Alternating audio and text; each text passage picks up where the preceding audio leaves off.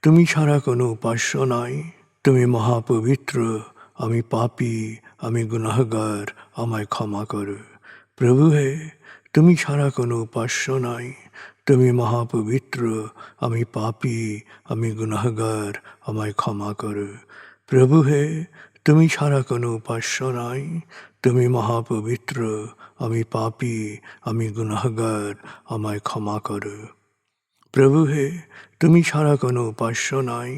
তুমি মহাপবিত্র, আমি পাপী, আমি গুনাহগার, আমায় ক্ষমা করো। প্রভু হে, তুমি ছাড়া কোনো উপাস্য নাই। তুমি মহাপবিত্র, আমি পাপী, আমি গুনাহগার, আমায় ক্ষমা করো। প্রভু হে, তুমি ছাড়া কোনো উপাস্য নাই। তুমি মহাপবিত্র, আমি পাপী, আমি গুনাহগার, আমায় ক্ষমা করো। প্রভু হে, তুমি ছাড়া কোনো উপাস্য নাই। তুমি মহাপবিত্র, আমি পাপী, আমি গুনাহগার, আমায় ক্ষমা করো। প্রভু হে, তুমি ছাড়া কোনো উপাস্য নাই। তুমি মহাপবিত্র, আমি পাপী, আমি গুনাহগার, আমায় ক্ষমা করো। প্রভু হে, তুমি ছাড়া কোনো উপাস্য নাই। তুমি মহাপবিত্র, আমি পাপী, আমি গুনাহগার, আমায় ক্ষমা করো। প্রভু হে, তুমি ছাড়া কোনো উপাস্য নাই। তুমি মহাপবিত্র, আমি পাপী, আমি গুনাহগার, আমায় ক্ষমা করো। প্রভু হে, তুমি ছাড়া কোনো উপাস্য নাই। তুমি মহাপবিত্র, আমি পাপী, আমি গুনাহগার, আমায় ক্ষমা করো। প্রভু হে, তুমি ছাড়া কোনো উপাস্য নাই। তুমি মহাপবিত্র, আমি পাপী, আমি গুনাহগার, আমায় ক্ষমা করো। প্রভু হে, তুমি ছাড়া কোনো উপাস্য নাই। তুমি মহাপবিত্র, আমি পাপী, আমি গুনাহগার, আমায় ক্ষমা করো। প্রভু হে, তুমি ছাড়া কোনো উপাস্য নাই।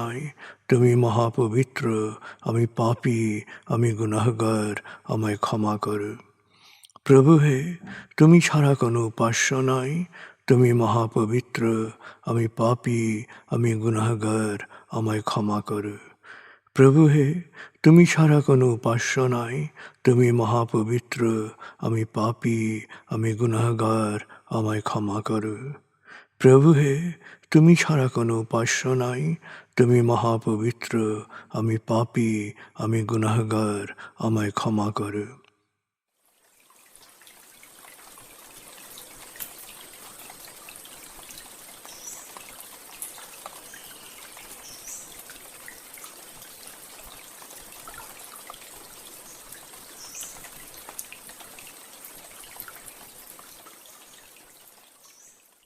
এবার আমরা সূরা তাকবীর এর মর্মবাণীর অংশ বিশেষে ডুবে যাব। তারপর ডুবে যাব আজকের জন্য নির্ধারিত সূরার তেলাওয়াত ও মর্মবাণীতে। 81 সূরা তাকবীর। দয়াময় মেহেরবান আল্লাহর নামে। যখন সূর্য অন্ধকারে ঢেকে যাবে, যখন তারকারাজি নিজেদের আলো হারাবে, যখন পর্বতমালা মরীচিকার ন্যায় উধাও হবে, যখন পূর্ণ গর্ভবতী উটনী পরিত্যক্ত হবে, যখন সকল বন্য পশুকে একত্র করা হবে, যখন সমুদ্রের জলরাশি স্ফীত হবে, যখন দেহে আবার আত্মা সংযুক্ত হবে, যখন জীবন্ত কবর দেয়া শিশুকন্যাকে জিজ্ঞেস করা হবে কি অপরাধে তাকে হত্যা করা হয়েছিল, যখন প্রত্যেকের আমলনামা দেখানো হবে, যখন আকাশের আবরণ সরানো হবে, যখন জাহান্নামের আগুন গনগনে লাল করা হবে, যখন জান্নাতকে দৃশ্যমান করা হবে, সেদিন প্রত্যেকেই জানতে পারবে কি পরিণতির জন্যে সে নিজেকে প্রস্তুত করেছে, বুঝতে পারবে কি করা উচিত ছিল আর কি করা উচিত হয়নি। সাক্ষী আবর্তনশীল নক্ষত্র, কক্ষপথে দৃশ্যমান গ্রহসমূহ যা এক সময় অদৃশ্য হয়, সাক্ষী রাতের অবসান মুহূর্ত এবং প্রভাতের আগমনকাল।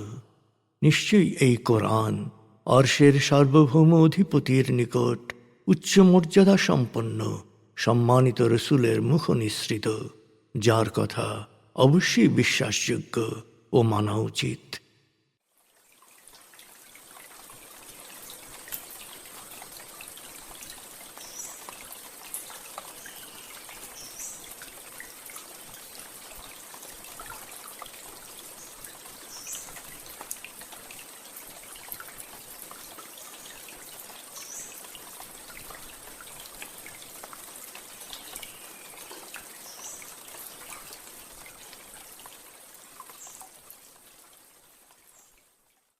এবার আমরা সূরা ফাতিহা 18 থেকে 29 আয়াতের তেলাওয়াত ও মর্মবাণীর গভীরে ডুবে যাব।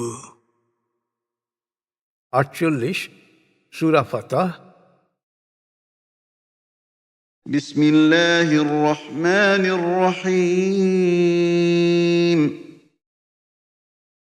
لقد رضي الله عن المؤمنين إذ يبايعونك تحت الشجرة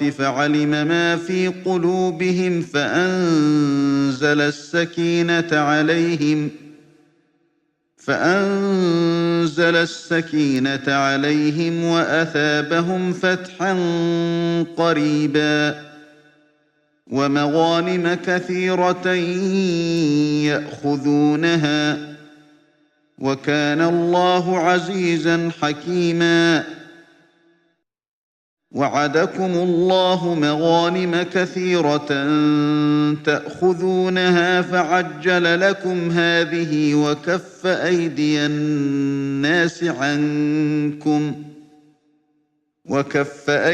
الناس عنكم ولتكون آية للمؤمنين ويهديكم صراطا مستقيما. وأخرى لم تقدروا عليها قد أحاط الله بها وكان الله على كل شيء قديرا. ولو قاتلكم الذين كفروا لولوا الأدبار ثم لا يجدون وليا ولا نصيرا.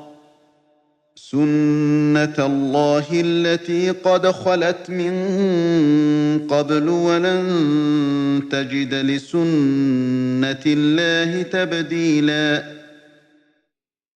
وهو الذي كف أيديهم عنكم وأيديكم عنهم ببطن مكة من بعد أن أظفركم عليهم وكان الله بما تعملون بصيرا. هم الذين كفروا وصدوكم عن المسجد الحرام والهدي معكوفا أن يبلغ محله ولولا رجال مؤمنون ونساء مؤمنات لم تعلموهم أن تطؤوهم فتصيبكم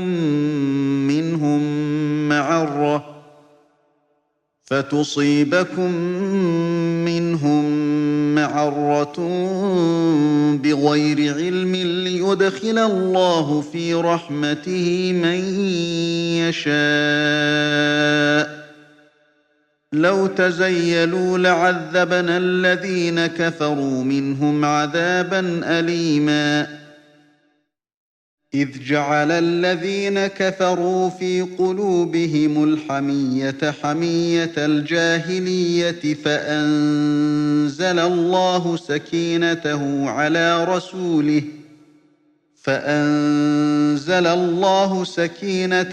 على رسوله وعلى المؤمنين وألزمهم كلمة التقوى وكانوا أحق بها وأهلها وكان الله بكل شيء عليما. لقد صدق الله رسوله الرؤيا بالحق لتدخلن المسجد الحرام إن شاء الله آمنين محلقين رؤوسكم ومقصرين لا تخافون فعلم ما لم تعلموا فجعل من دون ذلك فتحا قريبا. هو الذي أرسل رسوله بالهدى ودين الحق ليظهره على الدين كله وكفى بالله شهيدا. محمد رسول الله والذين معه أشداء على الكفار رحماء بينهم تراهم ركعا سجدا يبتغون فضلا من الله ورضوانا سيماهم في وجوههم من أثر السجود ذلك مثلهم في التوراة ومثلهم في الإنجيل كزرع أخرج شطأه فآزره فاستغلظ فاستوى على سوقه يعجب الزراع ليغيظ بهم الكفار وعد الله الذين آمنوا وعملوا الصالحات منهم مغفرة وأجرا عظيما দয়াময় মেহেরবান আল্লাহর নামে। আল্লাহ বিশ্বাসীদের উপর অত্যন্ত সন্তুষ্ট হয়েছেন যখন তারা, হে মুহাম্মদ, তোমার কাছে গাছের নিচে বায়াত অর্থাৎ আনুগত্যের শপথ করছিল। তাদের অন্তরের অবস্থা তিনি জানতেন, তাই তিনি তাদের অন্তরে নাজিল করলেন প্রশান্তি আর পুরস্কার হিসেবে দিলেন আসন্ন বিজয়। যুদ্ধে তারা লাভ করবে বিপুল সম্পদ। আল্লাহ মহাপরাক্রমশালী, প্রজ্ঞাময়। হে বিশ্বাসীগণ, আল্লাহ তোমাদের প্রতিশ্রুতি দিয়েছেন তোমরা যুদ্ধে বিজয় ও বিপুল সম্পদের অধিকারী হবে। তিনি তোমাদের বিজয় ত্বরান্বিত করবেন। তিনি শত্রুর হাত থেকে তোমাদের রক্ষা করেছেন, যাতে অনাগত বিশ্বাসীদের জন্যে এটি হয় এক উজ্জ্বল নিদর্শন। আল্লাহ সবসময় তোমাদের সরল পথে পরিচালিত করেন। আরও অনেক যুদ্ধলব্ধ সম্পদ তোমাদের জন্য অপেক্ষা করছে, যা এখনও তোমাদের অধিকারে আসেনি। আল্লাহ তা তোমাদের জন্য রেখেছেন। আল্লাহ সর্ববিষয়ে সর্বশক্তিমান। সত্য অস্বীকারীরা তোমাদের বিরুদ্ধে যুদ্ধে নামলে ওরা অবশ্যই পালিয়ে যেত। তখন ওদেরকে রক্ষা করার বা সাহায্য করার জন্যে কাউকেই পেত না। অতীতে এই ছিল আল্লাহর বিধান এবং ভবিষ্যতেও আল্লাহর বিধানে তুমি কোনো পরিবর্তন দেখতে পাবে না। আসলে আল্লাহর বিধান এ ব্যাপারে খুবই সুস্পষ্ট। সূরা আলে ইমরানের 139 নম্বর আয়াতে বলা হয়েছে, সত্যিকার বিশ্বাসী হলে তোমার উত্থান সুনিশ্চিত। আর সূরা রাদের 11 নম্বর আয়াতে বলা হয়েছে, ভেতর থেকে না বদলালে অর্থাৎ দৃষ্টিভঙ্গি না বদলালে আল্লাহ মানুষের অবস্থা বদলান না। আসলে এটাই হচ্ছে পরিবর্তনের ইতিবাচক ও নেতিবাচক শর্ত। সূরা ফাতহ আয়াত 24 থেকে। আমি মক্কা অঞ্চলে তোমাদের বিজয় দান করার পর ওদের হাতকে তোমাদের বিরুদ্ধে এবং তোমাদের হাতকে ওদের বিরুদ্ধে নিরস্ত করেছি। তোমরা যা কিছু করো আল্লাহ তা দেখেন। ওরা তো সত্য অস্বীকারী। ওরা তোমাদের কাবা ঘরে যেতে বাধা দিয়েছে। কোরবানির পশুগুলোকেও যথাস্থানে পৌঁছতে দেয়নি। ওদের মধ্যেও তোমরা চেনো না এমন বিশ্বাসী নারী পুরুষ রয়েছে। তাই মক্কায় প্রবেশের জন্যে তোমাদের যুদ্ধের আদেশ দেয়া হয়নি। কারণ তখন যুদ্ধের আদেশ দেয়া হলে মক্কায় প্রবেশকালে তোমাদের অজ্ঞাতসারে যদি এই বিশ্বাসীরা নিহত হতো, তোমরা কলঙ্কিত হতে। তাই যুদ্ধকে নিবৃত্ত করা হয়েছে, যাতে আল্লাহ যাকে ইচ্ছা তাকে রহমতের ছায়ায় শামিল করতে পারেন। এই বিশ্বাসীরা আলাদা থাকলে আমি সত্য অস্বীকারীদের কঠিন শাস্তি দিতাম। সত্য অস্বীকারীরা যখন ক্রমাগত অন্তরে জাহিলিয়াত বা অবিদ্যাপ্রসূত অহমিকা ও ঔদ্ধত্য পোষণ করছিল, তখন আল্লাহ তাঁর রসূল ও বিশ্বাসীদের অন্তর প্লাবিত করলেন অনাবিল প্রশান্তিতে।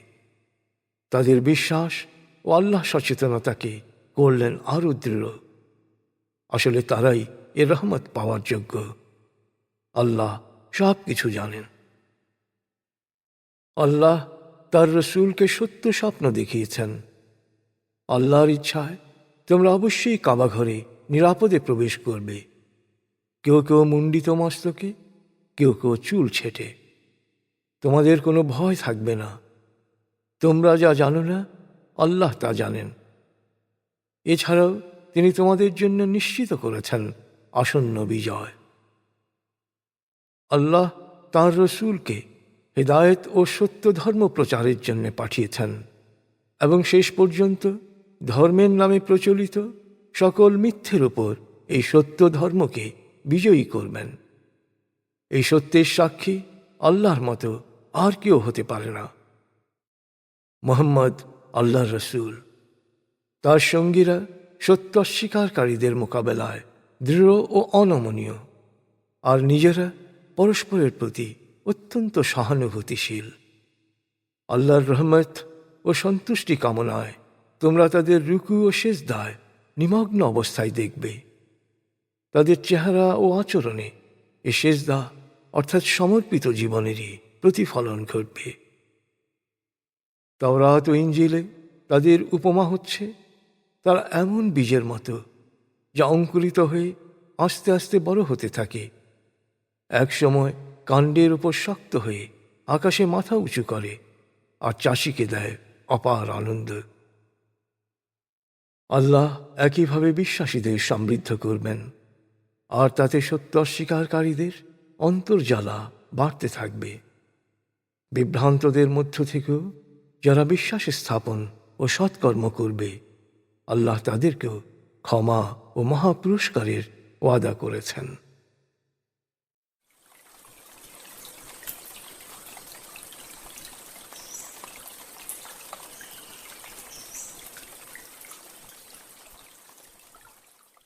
আপনি এতক্ষণ মর্মবাণীর গভীরে ডুবেছিলেন। এবার আপনার মনে মর্মবাণীর যে বিষয়গুলো দাগ কেটেছে সেই বিষয়গুলোর ভাবনায় ডুবে যান।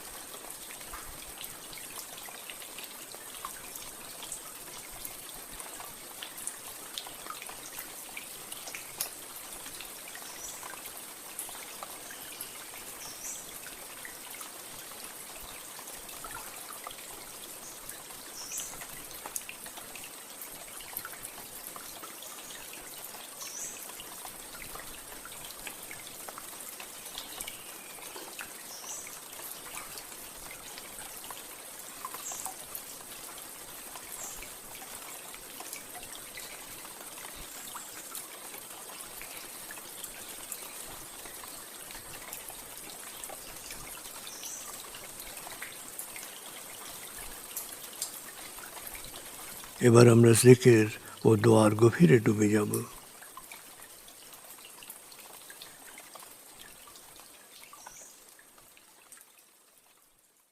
এবার হালকাভাবে চোখ বন্ধ করুন, লম্বা দম নিন, নাক দিয়ে দম নিন, আস্তে আস্তে মুখ দিয়ে দম ছাড়ুন। দম নেবেন পেটে, ছাড়বেন মুখ দিয়ে। দম নেওয়ার চেয়ে দম ছাড়তে সামান্য বেশি সময় নিন। দম নিতে নিতে ভাবুন প্রকৃতি থেকে আফুরন্ত প্রাণশক্তি শরীরে প্রবেশ করছে, আর দম ছাড়তে ছাড়তে ভাবুন শরীরের সকল দূষিত পদার্থ বাতাসের সাথে বেরিয়ে যাচ্ছে। নাক দিয়ে দম নিতে নিতে ভাবুন প্রকৃতি থেকে আফুরন্ত প্রাণশক্তি শরীরে প্রবেশ করছে, আর মুখ দিয়ে দম ছাড়তে ছাড়তে ভাবুন শরীরের সকল দূষিত পদার্থ বাতাসের সাথে বেরিয়ে যাচ্ছে। দম নিতে নিতে ভাবুন প্রকৃতি থেকে আফুরন্ত প্রাণশক্তি শরীরে প্রবেশ করছে। দম ছাড়তে ছাড়তে ভাবুন শরীরের সকল দূষিত পদার্থ বাতাসের সাথে বেরিয়ে যাচ্ছে। দম নিতে নিতে ভাবুন প্রকৃতি থেকে আফুরন্ত প্রাণশক্তি শরীরে প্রবেশ করছে, আর দম ছাড়তে ছাড়তে ভাবুন শরীরের সকল দূষিত পদার্থ বাতাসের সাথে বেরিয়ে যাচ্ছে।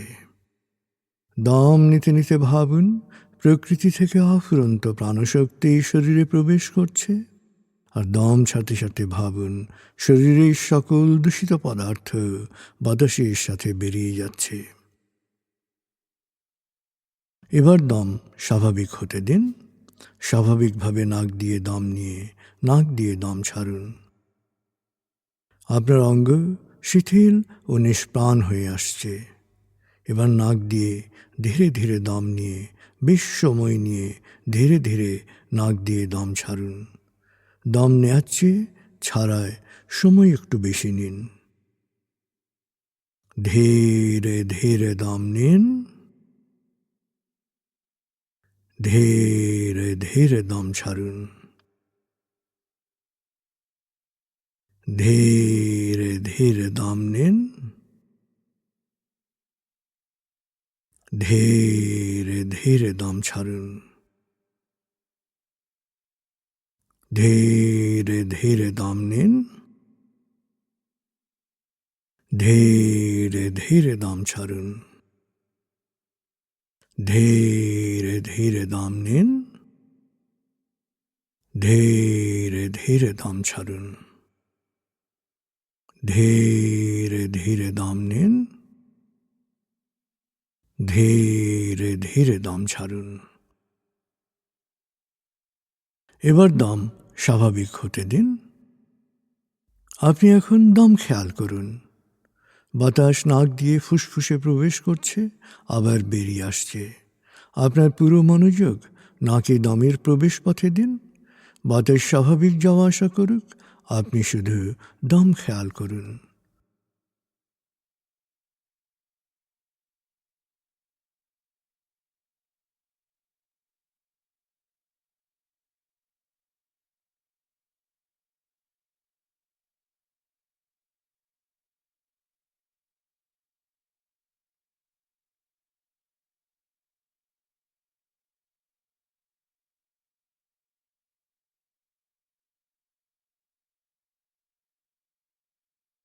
অনুভব করুন আপনার শরীর ভারী লাগতে শুরু করেছে।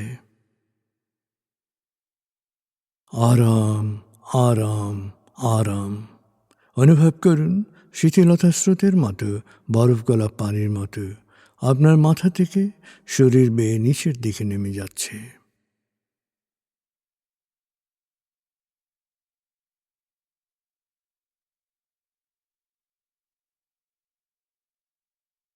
আপনি এখন পুরোপুরি শিথিল। শিথিলায়নের গভীর স্তরে প্রবেশ করেছেন আপনি। আপনার ব্রেন ওয়েভ বিটা স্তর থেকে নেমে গেছে আলফায়। মনের বাড়ির পথে আপনি এখন আলফা স্টেশনে এসে পৌঁছেছেন। এই স্টেশনে আপনার জন্য রয়েছে বিশেষ ওয়েটিং রুম। আলফা স্টেশন থেকে আপনি এখন মনের বাড়িতে যাচ্ছেন। আমি গণনা শুরু করছি। 19,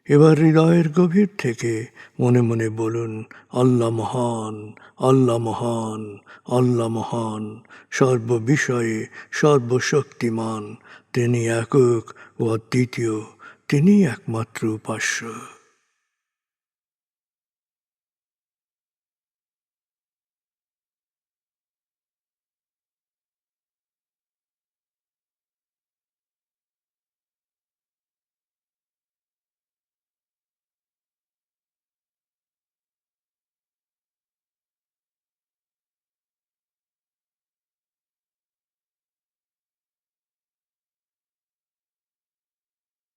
হৃদয়ের গভীর থেকে প্রার্থনা করুন, হে আল্লাহ, তুমি আমাদেরকে বিশ্বাসী, সৎকর্মশীল, সংঘবদ্ধ মানুষ হিসেবে কোয়ান্টাম ফাউন্ডেশনে একাত্ম করেছ। হে আল্লাহ, কোয়ান্টাম ফাউন্ডেশনকে এ যুগের আলোকবর্তিকা হিসেবে, সহস্রাব্দের বাতিঘর হিসেবে কবুল করো। কোয়ান্টাম ঘরে ঘরে, মেডিটেশন ঘরে ঘরে, এ অনুরণন সার্থক করো।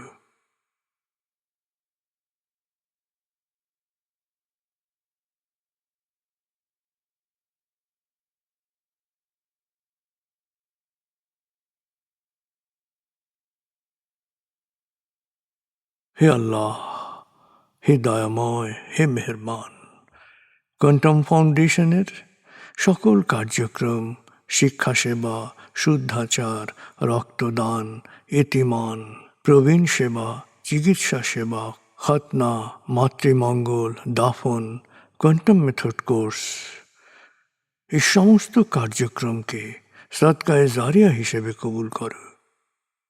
এই কার্যক্রমে যারা সেবা দিয়েছেন তাদের সবার জীবনকে বরকতময়, প্রশান্তিময় করে দাও।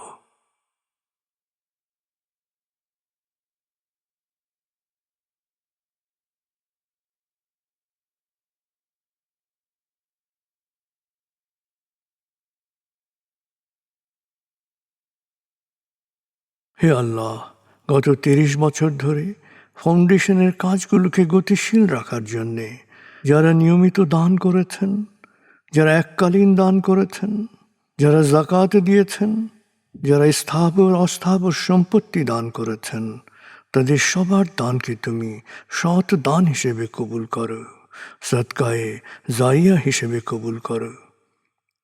তাদের পরিবারে সুখ ও প্রশান্তি দান করো, তাদের ধন সম্পত্তিতে বরকত দান করো।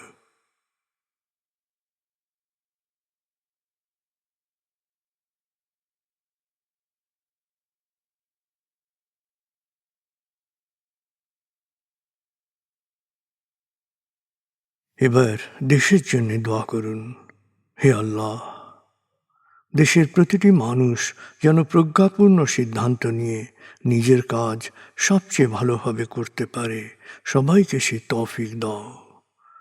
হে আল্লাহ, তুমি আমাদের তোমার বিশেষ অনুগ্রহ ভাজন জাতিতে পরিণত করেছ, অফুরন্ত অনুগ্রহ সম্পদ দিয়েছ, বিশ্বকে বিভিন্ন ক্ষেত্রে নেতৃত্ব দেওয়ার মতো মেধা ও মস্তিষ্ক দিয়েছ। আমরা যেন ভালো মানুষ, ভালো দেশে রূপান্তরিত হতে পারি, আমাদের সেই তৌফিক দাও।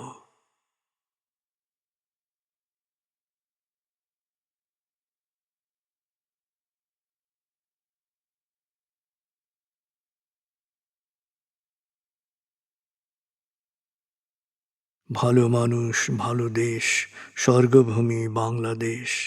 ভালো মানুষ, ভালো দেশ, স্বর্গভূমি বাংলাদেশ। ভালো মানুষ, ভালো দেশ, স্বর্গভূমি বাংলাদেশ। দেশের জন্যে প্রার্থনা করুন। দেশকে যেমন দেখতে চান সেভাবে প্রার্থনা করুন।